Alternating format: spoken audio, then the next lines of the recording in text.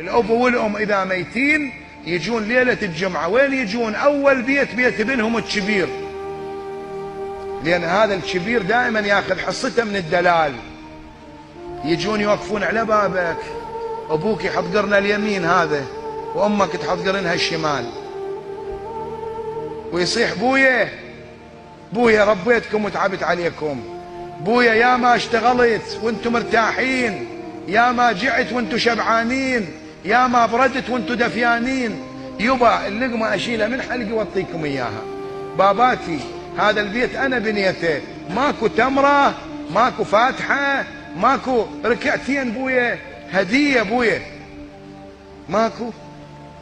إذا الولد ماخذ عياله ورايح طالع مدري وين سفرة، لو رايح على الساحلي، لو فرحان، لو عنده تولد مالت بته، لو عنده عرس، وأبوه واقف عند الباب.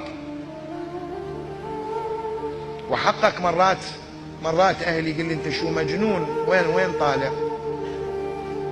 ثقوا بذات الله. من يتناصف الليل أطلع بباب الحوش وأظل قاعد بباب الحوش، لأن أدري والدي راح يجي يندني ويجي محتاجني يعني. فأقعد أقرأ قرآن، مرة أميل لليمنى لأن أدري والدتي على اليمنى صايرة حاطة قرنها اليسار على الباب، ومرة أروح على اليسرى وأذكر والدي. نسأل الله أن يتقبل. زين، إذا ما لقى عند الولد شيء يقول له مشينا لوليدنا الثاني، يروحون للثاني، يلقون الثاني ملتهي يروحون للثالث، ماكو تقول له مشينا الدور الغرب. من هذول الماخذين البنات؟ ماكو المتزوجين البنات، بلكي واحد منهم شريف ويذكرني، بلكي بنيتي تذكرني، بنات حنينات يذكرن. إذا ما لقوا شيء يرجعون بعد عند الفجر، يأيسون يرجعون. فالأم تلتفت، يقول لها علي من تلتفتين؟